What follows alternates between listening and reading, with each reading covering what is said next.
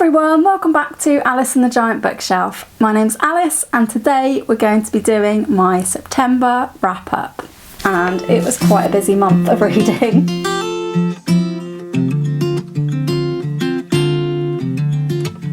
Hi everyone, welcome back to my channel, or welcome if you are new. Today I'm going to be doing my September wrap up.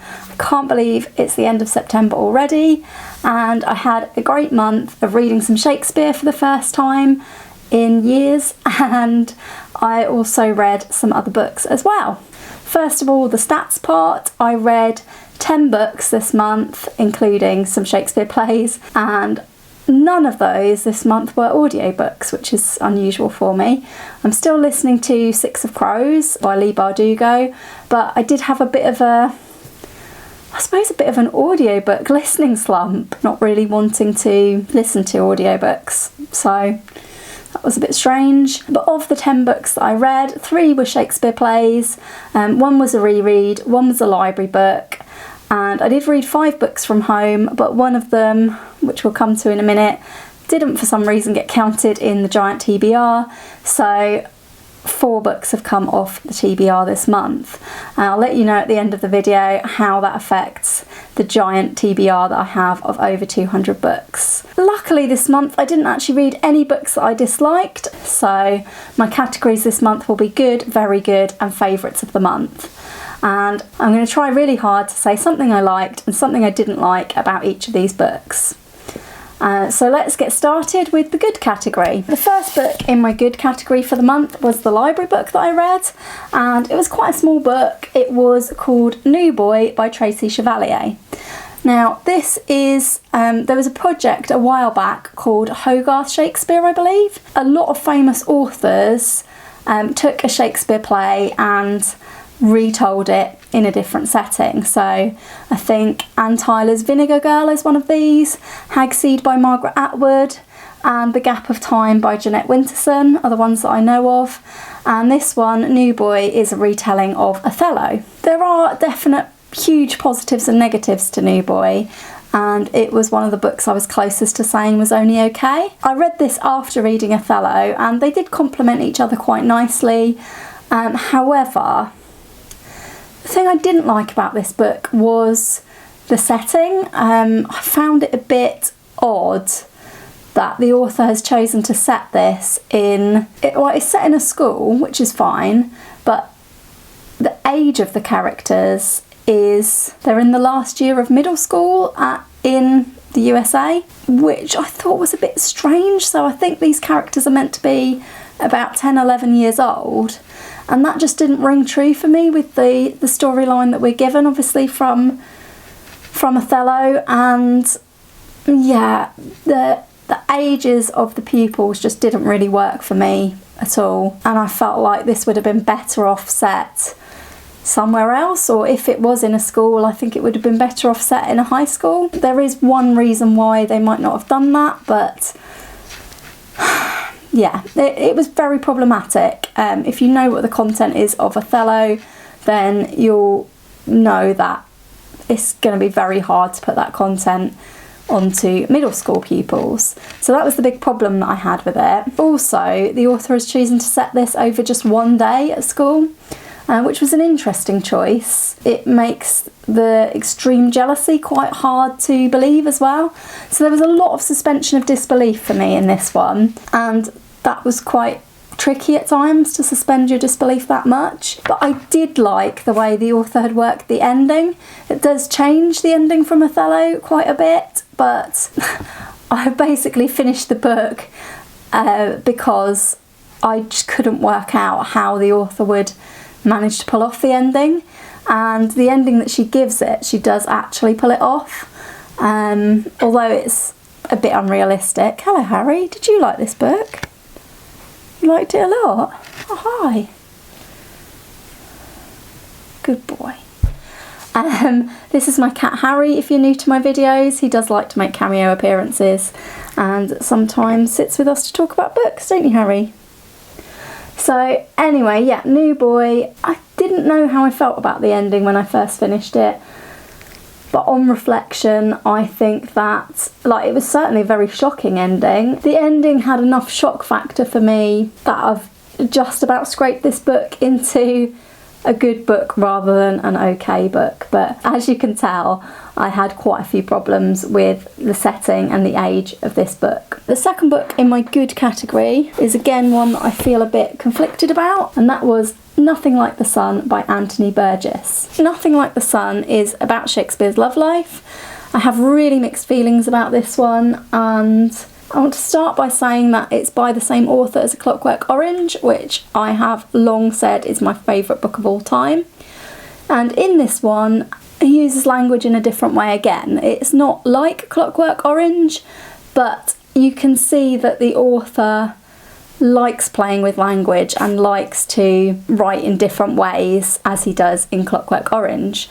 So this is more in, well, I suppose, slightly more Shakespearean language. My negative point about this is I found it quite confusing. It's told sometimes in Shakespeare's own perspective, sometimes it's in third person, sometimes it seems to be a bit of a mixture of both. I don't know enough about Shakespeare's real life to know how true this is, but certainly it didn't paint Shakespeare in a particularly good light in terms of his relationships. Yeah, it's a very strange book. I have only just finished this. I finished it yesterday, so I finished it on the 3rd of October, but I thought I would talk about it in this month's wrap up anyway because it is part of my Shakespeare reading. I don't think I would ever read this again. I liked some of the writing, I could see what the author was trying to do, but maybe I was sort of left a bit cold, left feeling like maybe I didn't really get it.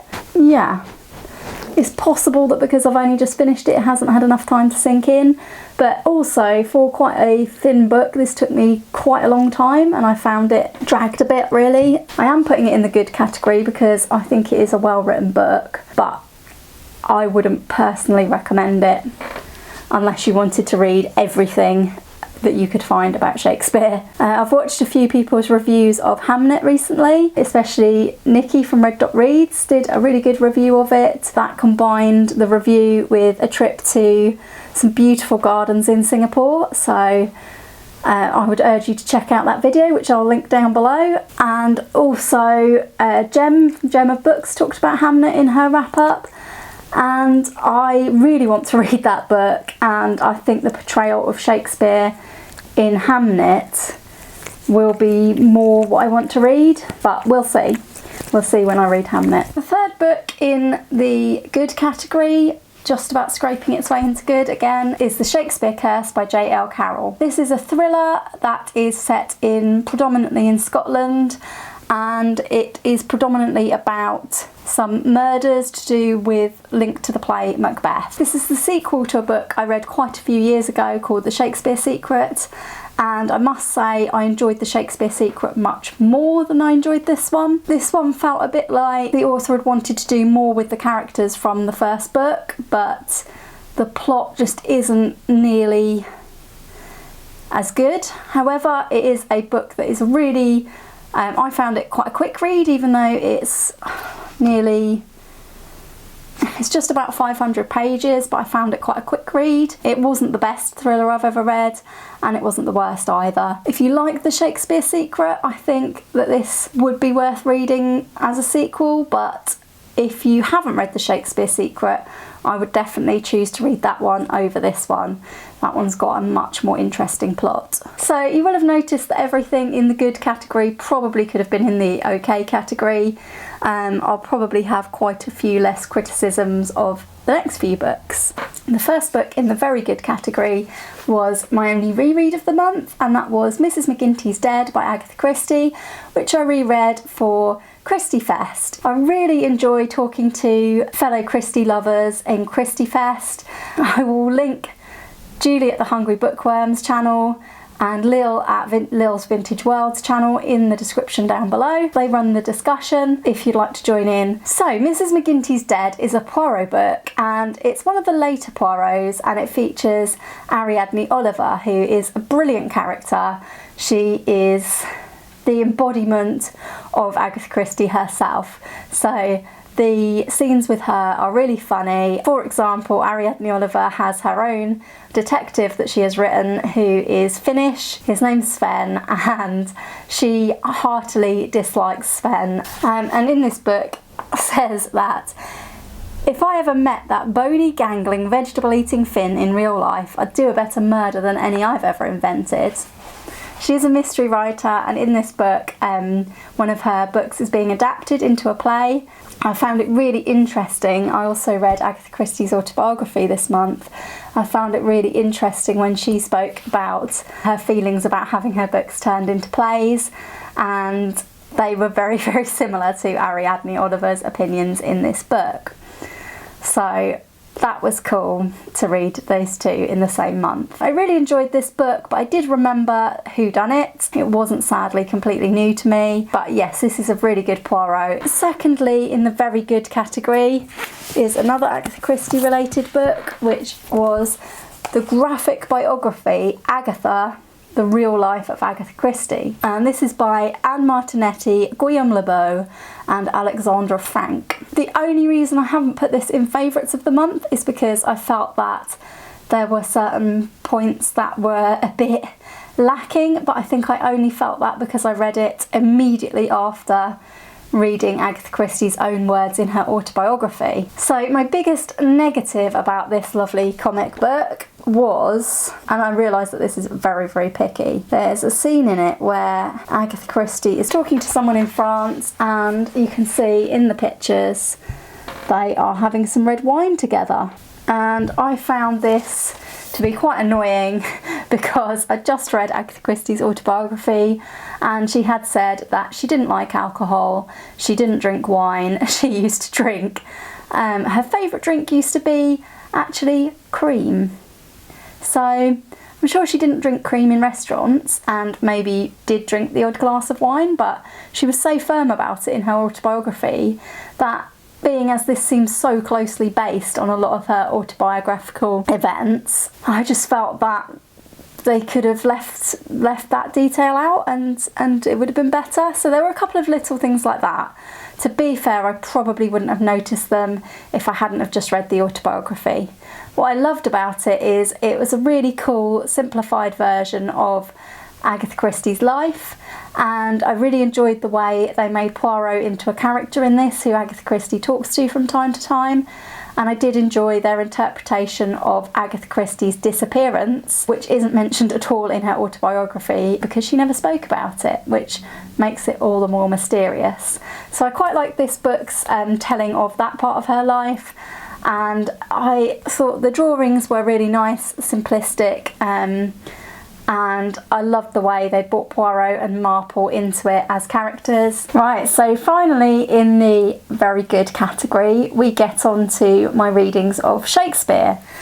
And I read all of them from the complete works, so reading these was tricky because the book is so heavy, so it required a bit of thought as to where and when I could read it. I decided in the end to read 3 of the plays that the Shaketember group were reading. Then after I'd finished each one, I watched their discussion. If you've read any of these plays, which were Othello, The Tempest and The Winter's Tale, and you haven't checked out their discussions, they were very interesting and informative, and they did help me to clarify my thoughts on the Shakespeare, or if not, it was interesting to hear others' points of view on what I had just read. So the channels involved in this were Rainy Day Reads, A Cruel Reader's Thesis, Lukash, and Jason at Old Blues Chapter and Verse, and I'll link all 3 of those channels in the description down below so that you can go and find the discussions if you would like to. Othello first. Othello was definitely my least favourite of the 3, but I also felt like it was possibly the most accessible of the 3, and it was a really good gateway back into reading Shakespeare. It got me into the Shakespearean language. It was quite a straightforward tragedy with not too many characters in it, And yeah, I did enjoy it. Obviously the storyline of Othello centres mainly around jealousy, and this was a theme that I actually noticed in both Othello and The Winter's Tale. So I felt like in both of those there are main characters who literally go from like their partner doing absolutely nothing wrong that we see in the script to absolute, right, they've cheated on me, I'm going to kill them, in the space of sometimes literally seconds, like one scene. So Othello, not quite so much. I mean, Iago works on Othello for quite a while before he gets to that point. But it was shocking to me how readily these people believed these comments that just led them into jealousy, especially the shockingness of Othello's reaction to that jealousy being to turn to murder, basically. It's not a very cheerful play at all, but it is quite short as the tragedies go, I felt. I mainly enjoyed it because it was really enjoyable to be reading Shakespeare again. So secondly, I read The Tempest, and I really enjoyed The Tempest, although at first I struggled to get into it a little bit. I'm not sure if that was my mood or if that was the text. What really makes me love The Tempest is the character of Caliban. If you haven't read The Tempest, Caliban is he's described as a creature really who inhabits the island where Prospero and Miranda live, where they were shipwrecked years ago. And Prospero is a bit of a magician, I suppose, almost like a wizard, and he has caused a tempest to come and to shipwreck a royal party, including his brother, who has usurped his place as, I think it's the Duke of Milan. All these people are shipwrecked on this island. The people who lived there before that are Prospero and his daughter Miranda, and Caliban is effectively described as a creature. He's treated as a slave to Prospero. He, I believe, was the child of a witch or similar, but he is just such an interesting character and so funny. Like, he really brings the play to life for me. There's a scene in this where Caliban is out basically cursing everything about Prospero and absolutely slating him, and I absolutely love it. In the following scenes between Stefano Trinculo and Caliban, just hilarity ensues as they give Caliban alcohol, and it's just, the three of them are really, really funny in this play and really brought this play up to one of my favourites that I've read. This one is one of the comedies, and it does have really funny parts in it. It was definitely my favourite Shakespeare read of the month, and one of my favourite plays I've read so far. The third play I read was The Winter's Tale, which is famous for its line, "Exit pursued by a bear." I'm going to take this down from my shelf now because Shaketember is finished. I had seen The Winter's Tale twice on stage, and I spoke about my experience of that in my Shakespeare tag video. If you want to go and check that out, I will put a card up here so that you can have a look at that if you would like to. So I knew what to expect with The Winter's Tale, but I was really surprised when I started reading it how quickly the main character gets jealous again. So just like in Othello, he is quick to jealousy, and his jealousy leads to really bad things. So the main character in this one is a king called Leontes, and Leontes basically goes from asking his wife to get this other king to stay at their place because he's said no to Leontes, he said he's got to go home, and literally just because when she asks him to stay, he says he'll stay, this makes Leontes say she's cheated on me with him.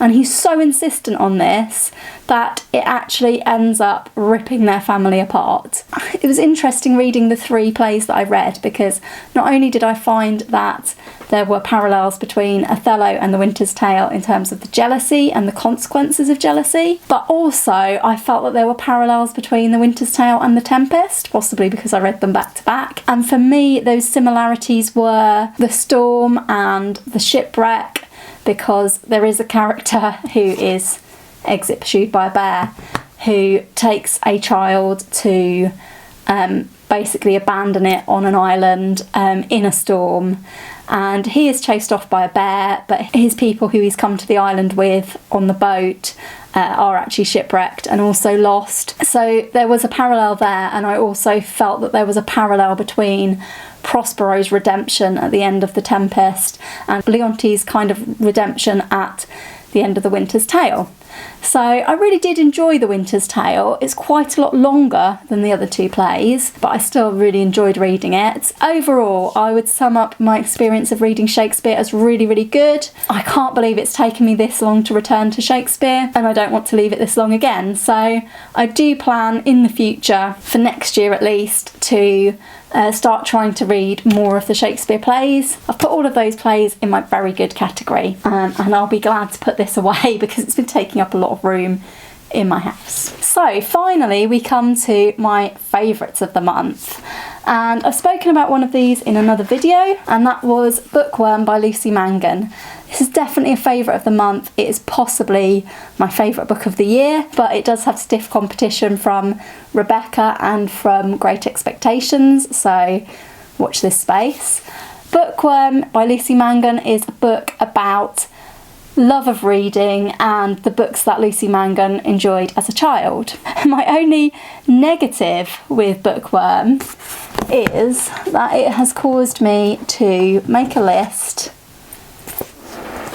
of all of the books that were in this book that I want to either read or reread, and it's a nearly 2-page list. So Bookworm, what have you done to me? They are all children's books, and some of them I've read before and some of them I have never read and would love to read. So obviously I won't be buying anything from that list at the moment, but come next year, when hopefully the TBR is a bit lower, I hope to read some of them maybe from the library or find some in charity shops. This book is very funny as well. I love the way Lucy Mangan tells this with such comedy, and it's really the story of how she has been a bookworm all her life at the expense of everything else, and I could really identify with it. It's hilarious, it's heartwarming, and if you like books about books, especially children's books, then this will be a great book for you. My second favourite of the month is this one. I finally read this large tome,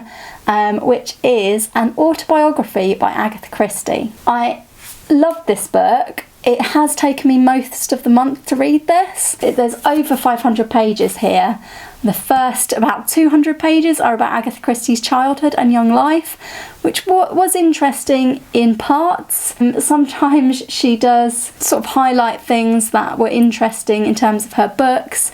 Some of it is quite it's obviously the things that she wanted to talk about from her life, which is fine. The really interesting chapters for me were the wartime chapters in the First World War and the Second World War, and how they affected her life and her writing. Loved any hint she gave me of her writing, which wasn't a lot unfortunately, but there was some. And overall this was an absolutely great read. I found out a lot about Agatha Christie that I didn't know before, and it has made me want to pick up maybe a biography or two of Agatha Christie as well, because there are parts of her life that she absolutely keeps private and doesn't talk about, such as her disappearance. I've now read all of her mysteries and thrillers. I've only got left now her plays and her poetry and a few of her Mary Westmacott books, and yeah, I felt I'd waited so long to read this that it was like an ending of sorts for me and Agatha Christie, and